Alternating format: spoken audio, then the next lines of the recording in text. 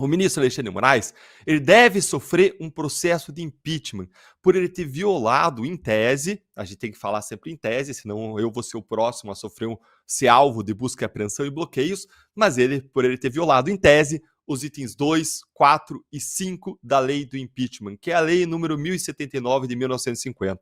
Acompanhe a gente aqui para entender. Deixa o seu like e nos diz o que você acha, porque assim você vai estar ajudando a nossa voz conjunta de indignação a chegar mais longe, lutando contra os abusos do Supremo Tribunal Federal. Realmente, o artigo 39 da lei de impeachment, que diz que é crime de responsabilidade dos ministros do Supremo Tribunal Federal proferir julgamento quando por lei eles forem suspeitos da causa, é o que diz o item 2, ou ainda ser patentemente desidioso no cumprimento dos deveres do cargo, é o que diz o item 4 do artigo 39, ou ainda é crime de responsabilidade proceder de modo incompatível com a honra, com a dignidade e com o decoro das funções, é o que diz o item 5.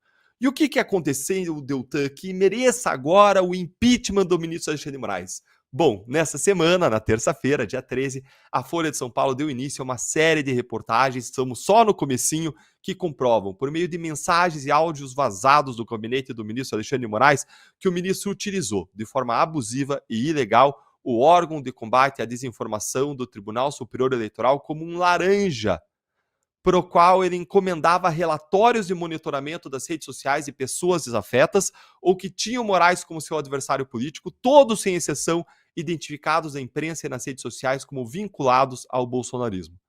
Numa primeira cena desse filme monstruoso, desse filme terrível, um filme de terror, então o ministro Alexandre de Moraes escolhia os seus alvos. Existem mensagens que comprovam, por exemplo, que o ministro Moraes ele queria a desmonetização da revista OS e de outras revistas golpistas.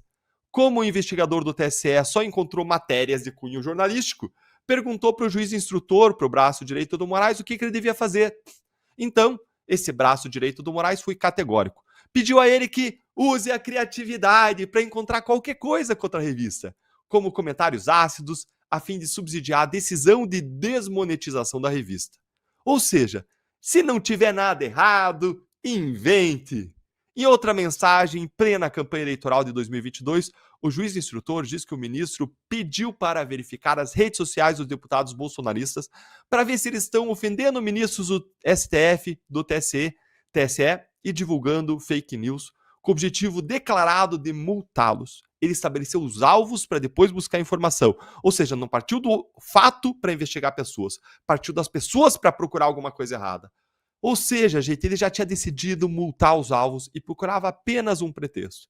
Em seguida, ele listou os alvos. Quem? A Bia Kicis, a Carla Zambelli, o Eduardo Bolsonaro, o Felipe Barros, o Daniel Silveira e outros. Outras mensagens mostraram que o ministro queria pegar Eduardo Bolsonaro, que foi chamado de bandido pela assessoria do Moraes, sem direito à presunção de inocência.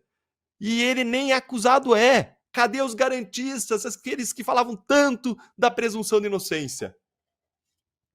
Aí vem a segunda cena desse filme de terror.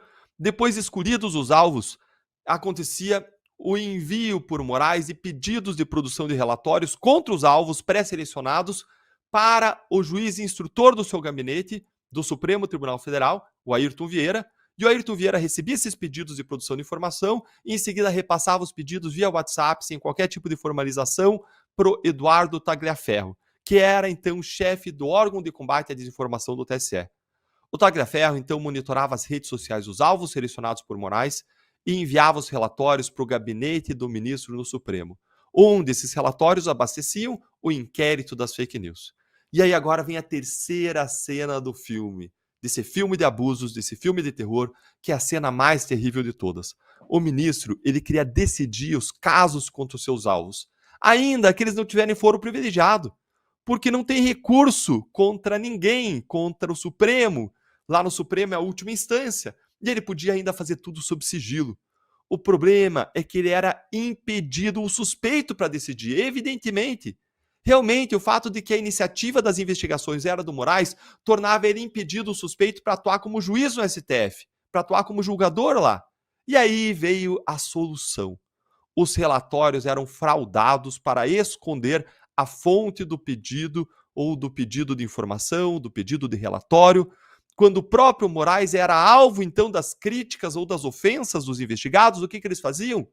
Eles escondiam isso, porque isso também podia tornar ele suspeito. Então isso era ocultado, ele pedia para tirar isso dos relatórios. Com o material solicitado por ele mesmo em seguida, e mesmo sabendo ele ser suspeito ou impedido nesses casos, Moraes fundamentava suas decisões contra os bolsonaristas com base nesses relatórios.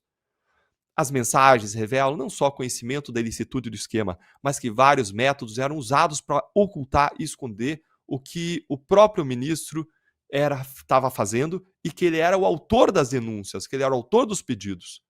Em um dos trechos lá das mensagens, vocês vão encontrar que o juiz instrutor e o investigador do TSE falam na cara dura sobre a possibilidade de criar até mesmo um e-mail anônimo para esquentar os relatórios solicitados por Moraes, de forma a esconder que o pedido tinha sido feito pelo próprio ministro. As reportagens mostraram ainda que o Moraes ele tinha absoluto controle do esquema. Ele, inclusive, determinava a inclusão ou exclusão de conteúdos nos relatórios e demonstram a irritação do Moraes quando demorava o atendimento das suas ordens. Ele chegou a questionar os seus assessores, dizendo: vocês querem que eu faça o laudo? Em outra mensagem, os assessores admitem que a motivação com os alvos é pessoal. Eles dizem: ele cismou. Quando ele cisma, é uma tragédia. Nós temos visto isso ao longo de todos os últimos anos, dia após dia. É uma tragédia. Em um dos áudios, o juiz instrutor do Moraes, ele confessa saber que a atuação é ilegal. Ele diz o seguinte, separei aqui aspas para vocês. Formalmente, se alguém questionar, vai ficar uma coisa muito descarada, digamos assim. Como é que o juiz instrutor do Supremo manda um pedido para alguém lotado no TSE e esse alguém, sem mais nem menos, obedece e manda um relatório, entendeu? Ficaria chato. Gente, mais do que chato, ficaria escancarado o impedimento ou suspeição do ministro. As mensagens indicam, em tese, a prática de crimes. Primeiro, o crime de falsidade ideológica. Afinal de contas, os relatórios eram fraudados. Além disso, o crime de associação criminosa, porque mais de três pessoas, em tese, se associaram com a finalidade de fraudar os relatórios. Esses crimes têm que ser apurados pela PGR, pela Procuradoria-Geral da República. Não pode arquivar, não pode fechar os olhos para essa realidade. Além disso, a escolha dos alvos bolsonaristas para em seguida procurar as infrações ou crimes contra eles sugere uma perseguição pessoal de caráter político. Lembre, você não investiga a pessoa, você investiga fato e parte do fato para ver quem é o responsável. Quando você olha para a pessoa e procura o que tem que você possa usar contra ela, isso se chama perseguição. Quando essa perseguição é guiada por razões políticas, ideológicas, por um espectro, focada num espectro ideológico, isso se chama de perseguição política. Isso inverte a lógica do processo penal democrático, que investiga fatos e, a partir deles, quem são as pessoas responsáveis, o que fornece indícios do crime de prevaricação. Contudo, como já foi dito, o episódio também revela, em tese, a prática de pelo menos 3 crimes de responsabilidade que devem acarretar em um processo de impeachment e a remoção do ministro Alexandre de Moraes do cargo pelo Senado Federal. Eu já mencionei, em tese, esses crimes, mas vamos reforçar. E a minha análise aqui não é política, a minha análise aqui é técnica, do que deve ser feito de acordo com a lei. O Moraes atuou de forma impedida, ele atuou de forma suspeita em vários casos e ele escondeu isso. A suspeição vem da proibição legal da iniciativa de investigação pelo juiz. Essa proibição está lá no CPP, no Código de Processo Penal, artigo 3º. Está ainda na violação do sistema acusatório, que separa as funções de julgador das funções de investigador e de acusador, que no caso de Moraes eram fundidos 3 em 1. Vem ainda da violação das regras de suspeição e impedimento previstas na lei, que impedem que o juiz atue nesses casos ou quando aconselha as partes. Quanto mais quando ele manda nas partes ou quando ele age como uma parte do processo. O impedimento é uma condição ainda mais grave que a suspeição, de modo que Alexandre Moraes cometeu um crime de responsabilidade, claro, previsto no item 2 do artigo 39 da lei, que diz que é crime proferir julgamento quando por lei for suspeito na causa. Os atos ou ainda os crimes cujos indícios estão sendo revelados, as mensagens, fornecem ainda evidências dos crimes de responsabilidade dos itens 4 e 5 do artigo 39 daquela lei, que consiste em ser desidioso no cumprimento dos deveres do cargo e proceder de modo incompatível com a honra, a dignidade ou decoro das funções. O crime de responsabilidade que gera impeachment está aí, está claro. É evidente que cabe à Justiça ou ao Senado a última palavra, e todos têm direito à defesa e à presunção de inocência, mas os fatos devem ser apurados e, sendo comprovados, acarretar a responsabilização do ministro.